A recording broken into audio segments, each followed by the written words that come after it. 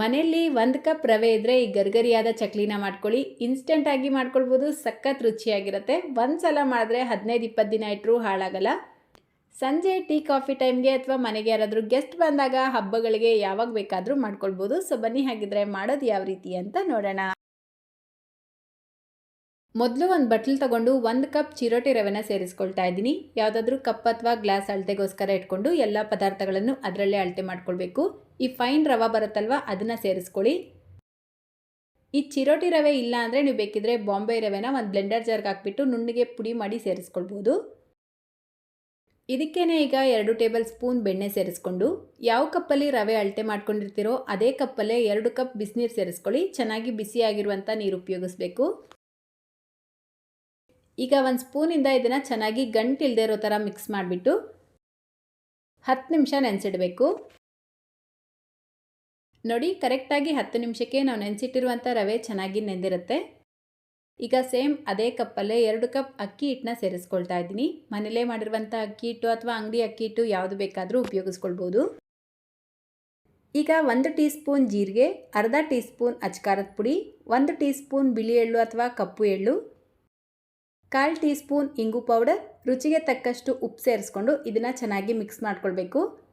ನಾವು ರವೆ ನೆನೆಸಿಟ್ಟಿರ್ತೀವಲ್ವ ಅದರ ಜೊತೆಗೇ ಇದನ್ನು ಮಿಕ್ಸ್ ಮಾಡ್ಕೊಳ್ಳಿ. ಎಕ್ಸ್ಟ್ರಾ ನೀರು ಮತ್ತೆ ಸೇರಿಸಬಾರ್ದು. ಆ ರೀತಿ ಮಾಡಿದ್ರೆ ನೀವು ಮಾಡುವಂಥ ಚಕ್ಲಿ ಚೆನ್ನಾಗಿ ಬರಲ್ಲ. ಕಲಿಸ್ತಾ ಇರಬೇಕಾದ್ರೆ ಇದು ತುಂಬ ತೆಳುವಾಗಿದೆ ಅಂತ ಅನಿಸಿದ್ರೆ ಇನ್ನೂ ಒಂಚೂರು ಅಕ್ಕಿ ಹಿಟ್ಟು ಸೇರಿಸ್ಕೊಂಡು ಮಿಕ್ಸ್ ಮಾಡ್ಕೊಳ್ಬೋದು.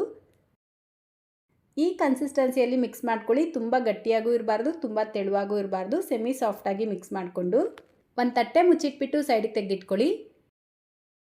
ಚಕ್ಲಿ ಮೋಲ್ಡ್ಗೆ ಎಣ್ಣೆ ಹಚ್ಕೊಳ್ಳಿ. ನೋಡಿ, ಚಕ್ಲಿ ಒತ್ತೋದಕ್ಕೆ ನಾನಿಲ್ಲಿ ಈ ರೀತಿ ಸ್ಟಾರ್ ಹಚ್ಚನ್ನ ಉಪಯೋಗಿಸ್ತಾ ಇದ್ದೀನಿ.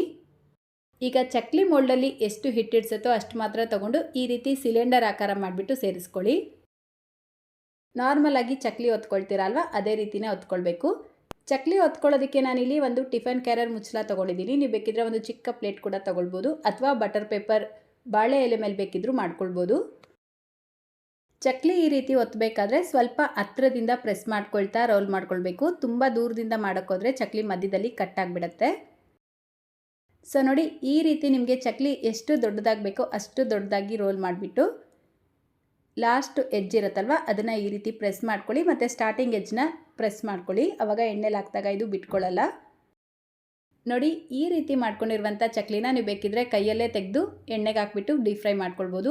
ಅಥವಾ ನಿಮ್ಗೆ ಎಣ್ಣೆಗೆ ಹಾಕಬೇಕಾದ್ರೆ ಭಯ ಆಗುತ್ತೆ, ಫಸ್ಟ್ ಟೈಮ್ ಚಕ್ಲಿ ಮಾಡ್ತಾ ಇದ್ದೀರಾ ಅಂದರೆ ನೀವು ಚಕ್ಲಿ ಎತ್ತೋದಕ್ಕೆ ಉಪಯೋಗಿಸ್ತೀರಲ್ವ ಜಾಲರಿ ಅಥವಾ ಸೌಟು, ಅದರ ಮೇಲ್ಗಡೆ ಈ ರೀತಿ ಉಲ್ಟಾ ಮಾಡಿಕೊಂಡು ನಿಧಾನಕ್ಕೆ ಎಣ್ಣೆಗೆ ಹಾಕ್ಬಿಟ್ಟು ಡೀಪ್ ಫ್ರೈ ಮಾಡ್ಕೊಳ್ಬೋದು. ಚಕ್ಲಿ ಫ್ರೈ ಮಾಡ್ಕೊಳ್ಬೇಕಾದ್ರೆ ಎಣ್ಣೆ ಮೀಡಿಯಮ್ ಆಗಿ ಬಿಸಿಯಾಗಿರಬೇಕು, ತುಂಬ ಜಾಸ್ತಿ ಬಿಸಿ ಇರಬಾರ್ದು.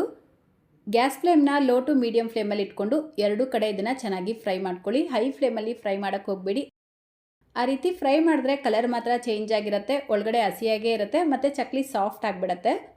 ಸೊ ಲೋ ಟು ಮೀಡಿಯಮ್ ಫ್ಲೇಮಲ್ಲಿ ಫ್ಲೇಮ್ನ ಅಡ್ಜಸ್ಟ್ ಮಾಡ್ಕೊಳ್ತಾ 2 ಕಡೆ ಇದನ್ನು ಚೆನ್ನಾಗಿ ಫ್ರೈ ಮಾಡ್ಕೊಳ್ಬೇಕು.